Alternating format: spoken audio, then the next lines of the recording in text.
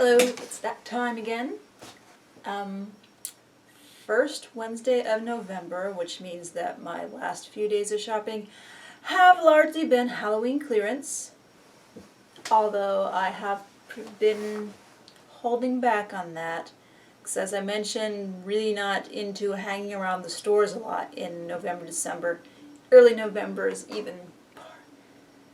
Well, most of the crowds in early November are buying the clearance Halloween stuff. So I bring that on myself, I guess. But got kitty socks, skeleton socks, stripy tights, and this is for the child, flashing kitty ring, erasers, and of course the most useless thing I ever buy, stickers. Sometimes I use stickers. I have my serger over here, it is covered with stickers, and I think it's about time to scrape some of the old stickers off and replace them with some new Halloween stickers. My last sewing machine was covered with stickers. I have not done that with this sewing machine.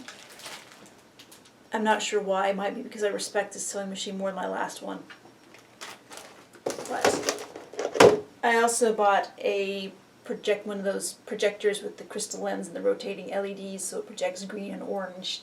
It's for my asthma. Just because I have vague ideas for what I do on the porch for my Halloween presentation every year, and I can work that in somehow. But you're here for the dolls. So on last week, when I made my video last week, I made it on Tuesday because I had found stuff. And as I was uploading the video last week, I stopped in a thrift store and I found, on the random toy table, there was actually a lot of vintage doll clothes. And I have already made a video showing those. I thought it would be a quick video. It's like 7 minutes long, so I'm going to add that in now. Alright, this is just the quick video of the vintage doll clothes I thrifted unexpectedly yesterday. And, yeah, I recognize just a few things. I'll go in a little closer on these after I do the panning shot.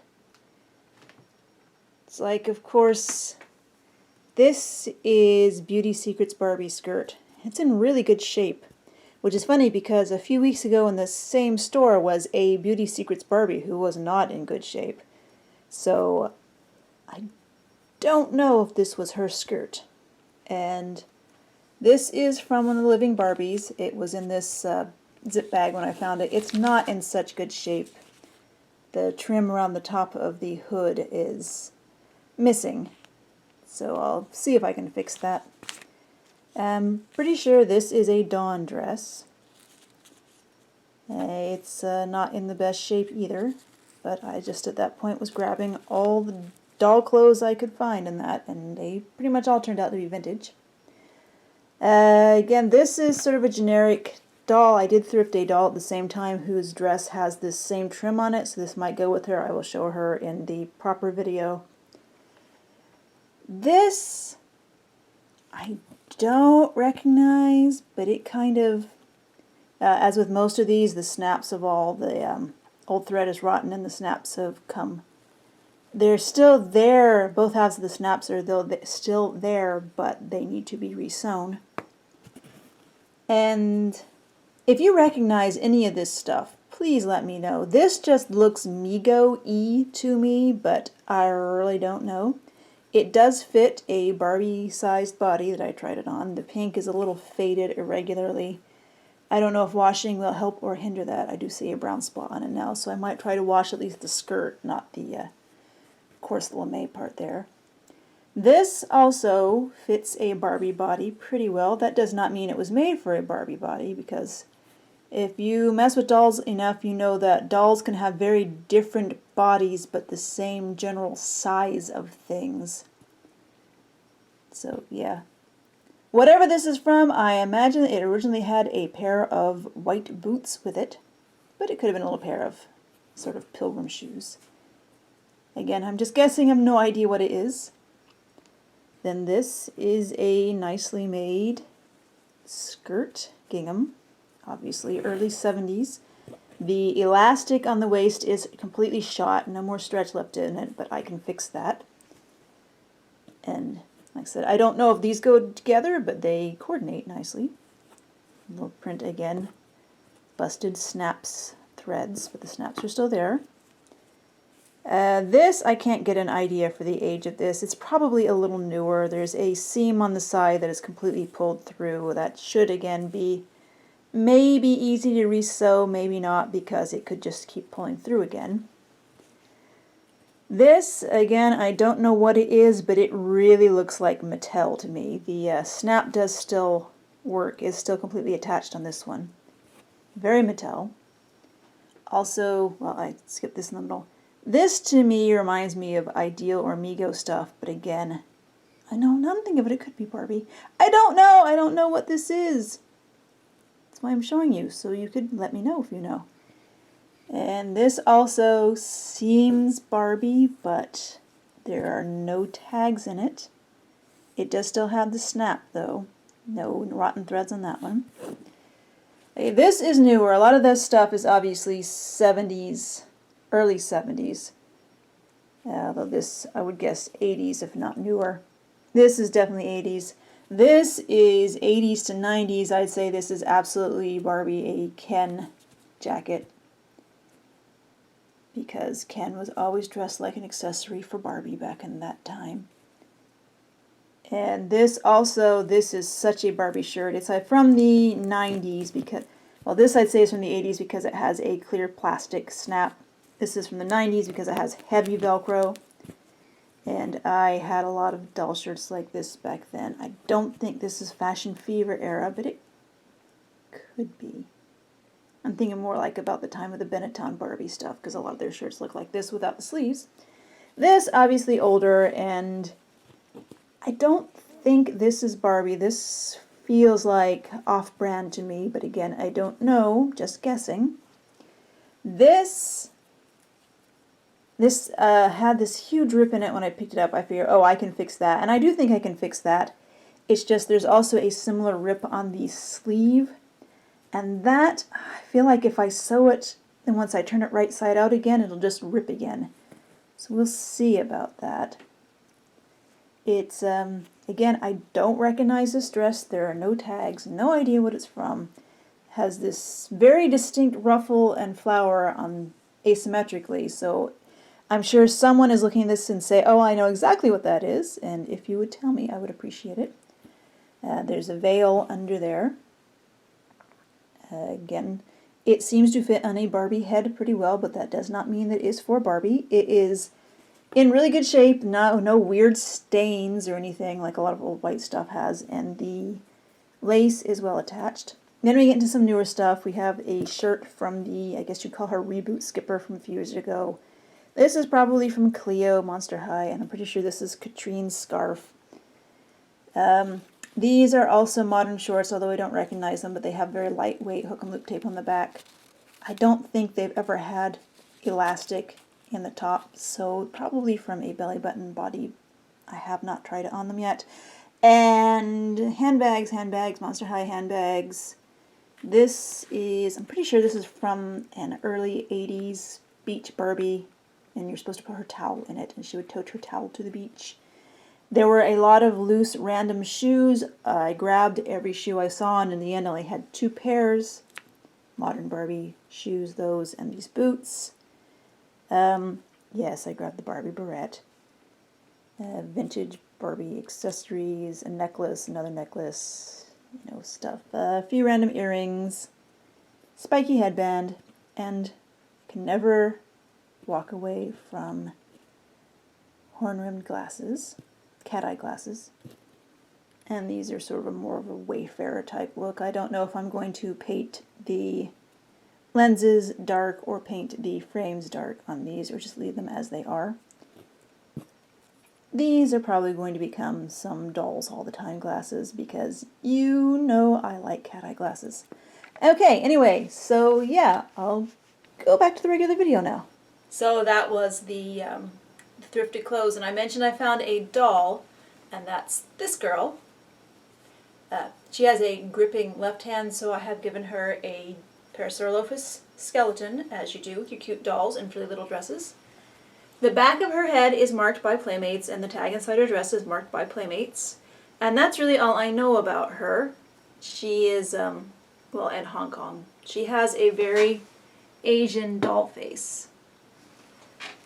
With almost Bunka doll style eyes, but not quite. Going back, referring my old painting tutorial video. But I found the same doll on eBay, but in worse shape, either nude or with her hair down or with the dress being even more discolored than this one. This one is mostly faded. If you flip up and look at their bloomers, it's a little bit more pinker pink than this, and the elastic is obviously also shot in around the legs and probably the top of the bloomers. I haven't tried to take her off. Anyway, so I don't know what this doll is. The ones on eBay, some of them also come in other outfits that almost make it look like she might have been either available in Four Seasons or maybe a Four Seasons gift set. The most common dress that you see in her in, besides this one, is a red velvet with lace trim. Very wintertime dress. So, you know, I'm not really into child dolls that much, but I did think this one is cute. And I'm sure I was also won over by the fact that she still had her shoes. So that's her. And last week I showed you I bought the Barbie style Grace, and I bought the Fab Fringe Fashionista, and I have combined them to make a single doll, and that's this one. And I do like her.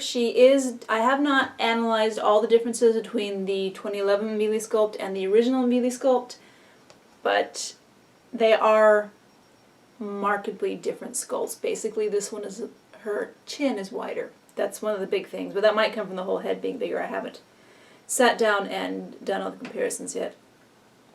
Probably the best way to do a comparison is by stripping all the paint off of both of them, but that's not something I feel like doing right now. Oh, and she does have horrible glue head. I put lots of cornstarch inside her head, and the cornstarch does seep out onto her neck when you move her head just so, but for the most part, I hope it's helping with the glue. It's a very rock hard head, but she's so cute, I don't want to lose this hair. So that's that doll. And then on the jumpsuit front, I think I have it done. This was the last test I made. And this one I also recorded myself sewing it. However, that video is still in my camera. I have not downloaded it to my computer and actually checked to see if it's useful or not. If you can even see what I'm doing. I'll find that out later. And it is being modeled by a Barbie Fashionista's body with a My Scene Madison head that has an adorable face-up from Cheshire Tiffy and a Monster High wig. And something that I've actually done this a lot, I take sunglasses meant for big-headed boy dolls, like either Bratz boys or My Scene boys. I cut off the arms that go over the ears, I drill holes in them, and then I put elastic through it to make goggles, because you can never have enough doll goggles if you're into that kind of thing.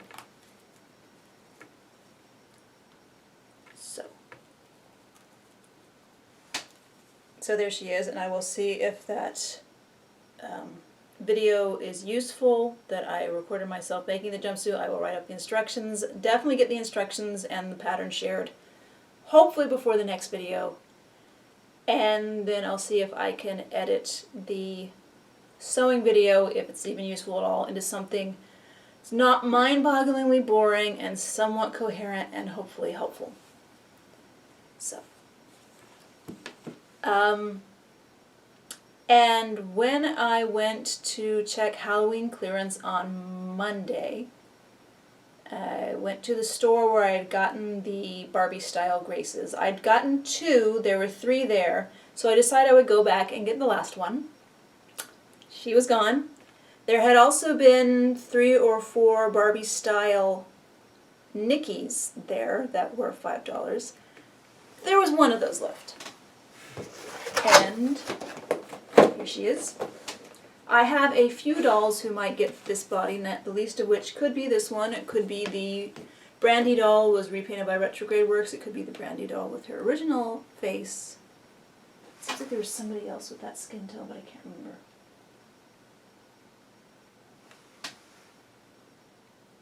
So yeah, for $5, they get 2 pairs of shoes, which is always nice, and a few useful pieces. I am trying not to be so much of a snob about only using doll clothes I have made.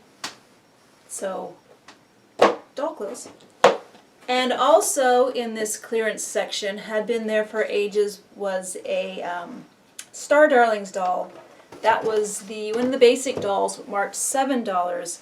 And I took her and scanned her to see how much she actually was, and she was 3.